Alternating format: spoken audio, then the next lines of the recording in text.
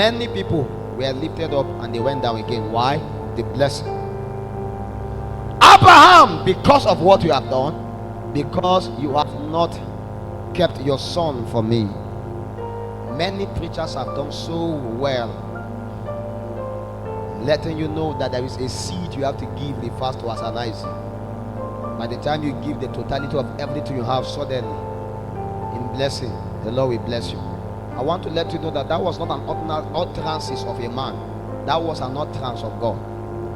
If a man tell you to give everything in your account, I want to submit to you, it's not God. So if peradventure you are not blessed, don't hold God accountable, hold the man accountable. Because I have been to a meeting before, a preacher came sweating, and he was sweating. Peradventure he want to raise his flight money, and he said, as Abraham gave his Isaac, and God blessed him, and he has no room to contain, so also the Lord is demanding that you give your Isaac. What is that Isaac? Empty your pocket, empty your account. I knew a serpent whispers. Peradventure you are emotionally driven and you obey such kind of utterances. According to your faith, it can happen. But I can guarantee you, out of those 100% of people, maybe 50% may get the result. Everybody must be able to understand that when the Lord speaks, it is the Lord that spoke. If God speak to you in your room and say, Prophet Solomon, empty your account and send to Apostle Righteous, that to you is an Isaac. Now it's a revelation. There was no special service that was conducted to give you an exposition for you to understand what is the meaning of Isaac and attach it to the gullibility of man. Because at the tail end, it's not for man to be glorified, but for God to be glorified. If God wants you to give your only shoe, God knows how to tell you give your only shoe. If God wants you to give your only shirt, God knows how to tell you to give your only shirt. Peradventure you hearken unto the instruction of a man in the man that you will prosper in your disobedience, I bring you a bad news. But there are so many people that are still living disobedience and not yielding to the voice of God, thinking that they will prosper because they obey what men said. And I want to submit to you that in the course of this conversation, I will bring you to an understanding. I learned a man went to his church and he demanded that they should give him all his tithe that he has been paying for the past 5 years, that he has not prospered.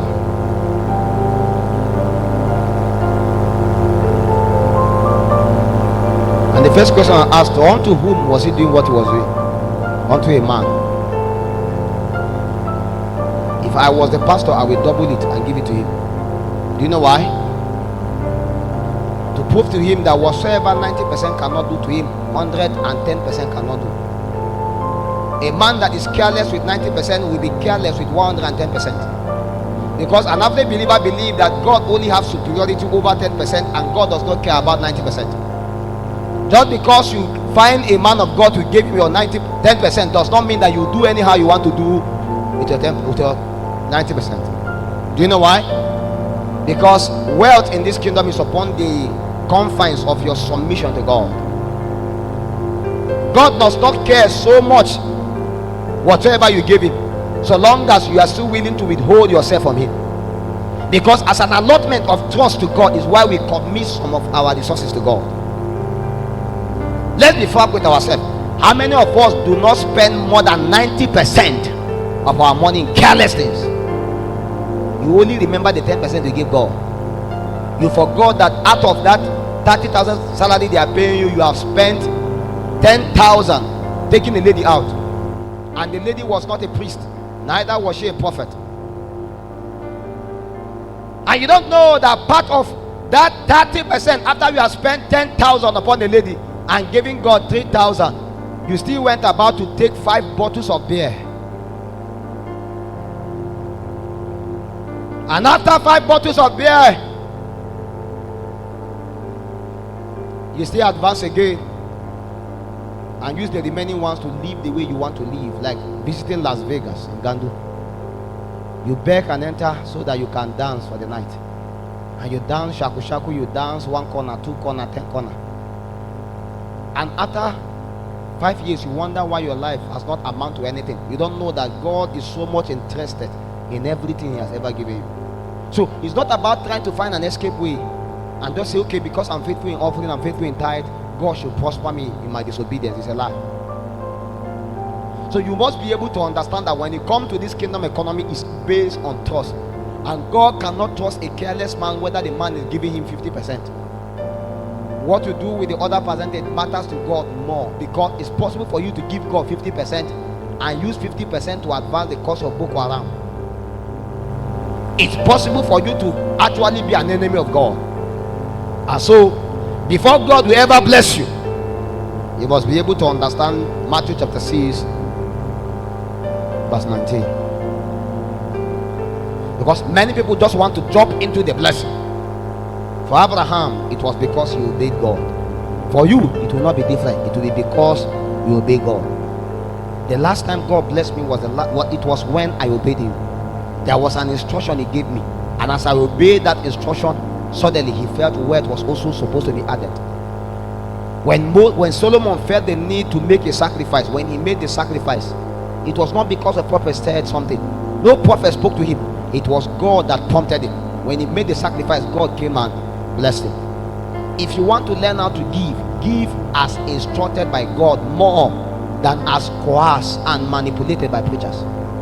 If you want to learn how to give that you'll be blessed, give more in your secret than when you want people to see. Because when it comes to the way of kingdom wealth and abundance, anyone that want to do a show, I made a donation of 10 million, they must call my name, put me on the front seat, I must be a deacon in this church. You will fail. Why? Because when it comes to this way of this kingdom, God must have to be able to trust you and be sure that whatsoever he gives you will not add a meaning to you. If you're a bad person, 1 billion will make you more bad. If you're a good person, 1 billion will make you more good. That's how it is. Because wealth is weapon. In the book of Matthew chapter 6 from 19, the Bible says, lay not up for yourself treasure upon the earth, where moth and rot doth corrupt, and where thieves break through and steal. But lay up for yourself treasures in heaven, where neither moth nor rust doth corrupt, and where thieves do not break through nor steal. For where your treasure is, there will your heart be also. The light of the body is the eye. If therefore thy eye be single, thy whole body shall be full of light. But if thy eyes be evil, thy whole body shall be full of darkness. If therefore the light that is in thee be darkness, how great will the darkness be? So the Bible wants to introduce us to the culture of wealth, and it begins to speak about treasure. That means that wealth in this kingdom is actually treasure. Is that not true? Let's be frank with ourselves. Your gold is a treasure. Your diamond is a treasure. Is that true? Your 10,000, 1 million, 10 million is a treasure. But the Bible was trying to let us understand that before we go to talk about money, he said you should understand treasure in heaven first. That means that there is a bank account in heaven to which, as it grows and increases upon the face of the earth, it also grows commensurately. That means the reason why Bishop David Oyedepo can have 1 trillion is because in heaven, his treasure in heaven is worth 1 trillion. The reason why it's only 10,000 naira in your account peradventure is because in heaven, the treasure in heaven that you have gathered is 10k.